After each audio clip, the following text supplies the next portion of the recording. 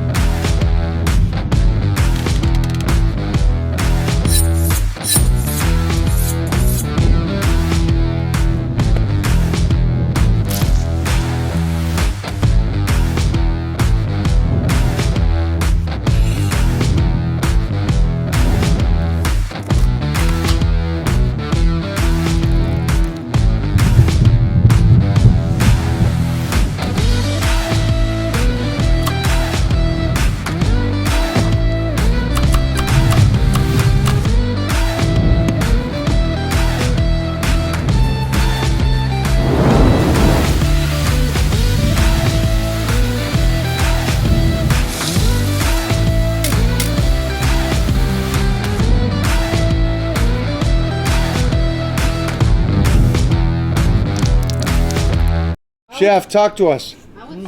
Tell us about the White House, if you could, if you don't mind. I would say it was the best of times, it was the worst of times. But it was times I'll never forget. No. Memories. It was memories. You know, it was great. Always an experience. I mean, to go in somewhere so historical, right. So, I mean, you know, just kind of walk in, and I'll be honest with you, it didn't hit me till way later that I was there, because as I was raised in my where were you born and raised? Columbus, Mississippi, small town. As soon as I could, South, baby. Yeah, South. As soon as I could crawl, my dad put me to work. He did Right. hard construction, as I was saying, for 50 years, and he was the kind of guy who said, "If you, hey, Dre, go move that truck." I didn't ask any questions. How far he wanted that, Right. And if I couldn't, I just had to get it done. So the work ethics were embedded in me at a very young age. So when I went to the White House or anywhere else that I go, my whole demeanor is all about work. I don't look at ooh and ah another place, because that's not my job. My job is to take care of business. And then as it be 10, 20 years later, I go, I'm here. You know, Yeah, for this me, is the looking way at it is. from the outside in, it's just like, that's the White House, man. That's just like, that's huge. That's epic. That's, you're not getting in there unless you're something, and then it's. And you do have to be something. Yeah. You do have to be something. Seen people come So much and go. history too. A lot of history. I mean, yeah, there's a lot of different things. I just got back from, I did Dubai and went over there and the bases there, and then I've been to Iraq and Afghanistan and did the USO tours and the bases there, which was, for me, the coolest thing in the world. Just to be out there and go head to head with the military and have fun and gladiator games and stuff like that. But there's nothing more than I respect than our military and supporting our military, regardless of what your politics are.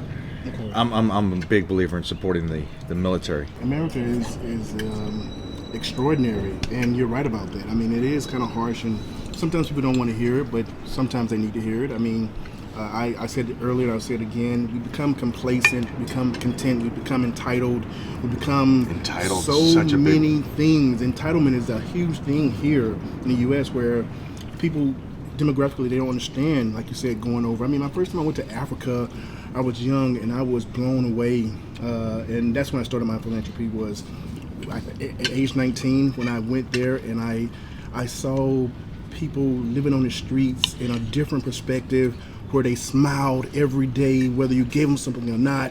And I saw what the meaning was of not having anything. I mean, anything. I mean, you know, even if you think about it with the homeless here, which is a huge epidemic in this country, you know, and that we need to try to do something to combat, which you just saw Arnold, he just did his thing here, which is very amazing.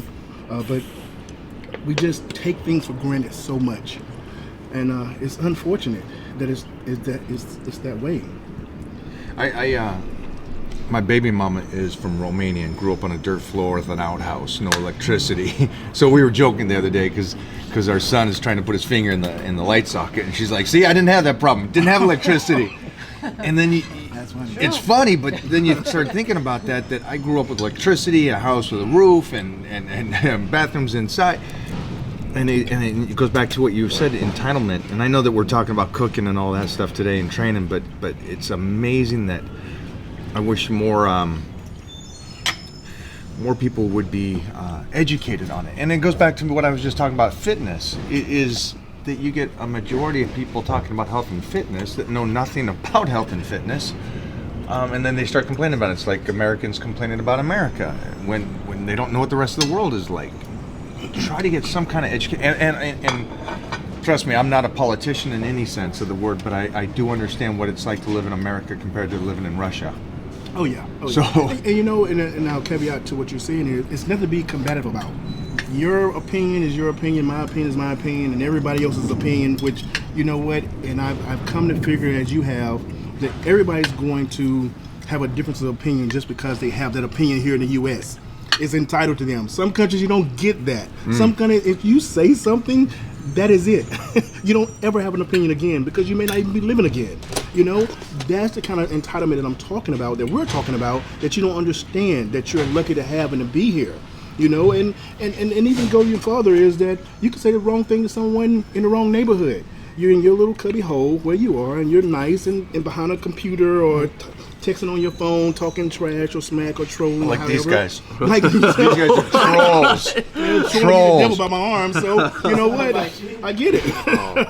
You know, instead of just sitting down, listening, and just learning, and absorbing and soaking in all the knowledge you possibly can to push out to everyone else, and then it'll change your mind, change your perspective, change your life. So, you like me or don't like me, believe in my training methods or not, is there something you can learn from being on stage in 1987 to being on stage in 2020, that the longevity, the health, the training, the strength through that whole period of time? Because we go back to natty or not natty. Well, you could say because of our size we're not natty, because we visually look at it. But then how do you explain our strength? Because guys that do drugs, they get weak. Why have we never been weak? Why has it never happened? And people don't want to argue that point. Well, you're big. You're too big. Okay, whatever. But there's something to be learned. There's something to be learned. You're a monstrous of a man. You are. You're a big guy. So what is it that I can learn about how you eat and how you train and your mentality? Just because I look at you and go, I'm going to assume something, that shuts me down from everything else. It shuts you completely down. It does. It does. And you know, it was plenty, because I say this exact same thing about you. You know, when I was looking at, one of my friends said, you know, someone was coming here and they said, well, we're going to talk about, you know, natty and not natty and so forth. And then he was like, well, do you think Mike is really, you know, natty? I'm like, why would you ask? I said, do you think I am? I said, so think about what you just said to me. So I'm telling you about it. And you just said to me in perspective. I said he has lived his whole entire life the way he's living his life and so forth. And as have I, right? I said, and people don't understand it. And even if they do, they don't want to accept it. Why? They don't. Yeah, exactly. Go into it though. Yeah. You can explain this. No, I can't. And you can explain it better because you've been doing it a lot longer. Because if they do believe it, that means they're slacking off. Exactly. You start saying these big guys are just naturally big guys, and you can achieve that, then that just takes you up another notch on trying to achieve something. But I like that. I like that, trying to go, let's be that. I got to say thank you to Chef here for cooking the Piedmontese steak up. Delicious. I got my whole Titan crew over here eating up again. This steak is incredible because, first off, it's higher protein. And if you guys know anybody in this group, mostly Mona, we are a high protein crew, right? And then it's also less fat. So did you notice how fast it cooked today? Extremely fast. And I'm a chef, damn it. But this steak blew me away. I was telling Mona that how tender, no fat, is just, and that's what you want. It's really lean, and yeah, exactly. But most importantly is the taste. I mean, you get steaks that probably cook fast and they're lean, but they don't taste like this. It's literally like butter. Oh, yeah. So, and we didn't put much on it, right? Salt, pepper, that's That's it. it. Yeah, you don't need much. For a good steak, You don't need a lot of seasoning. We know When you see someone putting ketchup or seasonings on a steak, Oh, you're gonna if punch they ask somebody. you for like A1 sauce, yeah, punch him, don't slap him. Yes, exactly. Yeah, that means they don't know what steak is all about. There we go. Hey, so Piedmontese, thank you so much for today. Chef, thank you for you. feeding these crew. They'll be stronger tomorrow because of it. And by the way, we're not going to cooking class anymore. He's gonna be our teacher. There we go. Looking forward There we to go. that, buddy. There we go. a lot more cooking. Just let me know. So the stay class tuned. concessions. Stay tuned for more Yeah. chocolates and we'll make desserts it and fun and baking. healthy. Yep, and we'll go yep. over the whole Yeah, dynamic. fish, Mexican. See, and- now you just made me happy because now we're gonna do like a whole bunch of Oh yeah. high protein fun treats Exactly. and That's some what I'm fun saying. food, not just So- the basic. A lot more to come, guys. So stay tuned.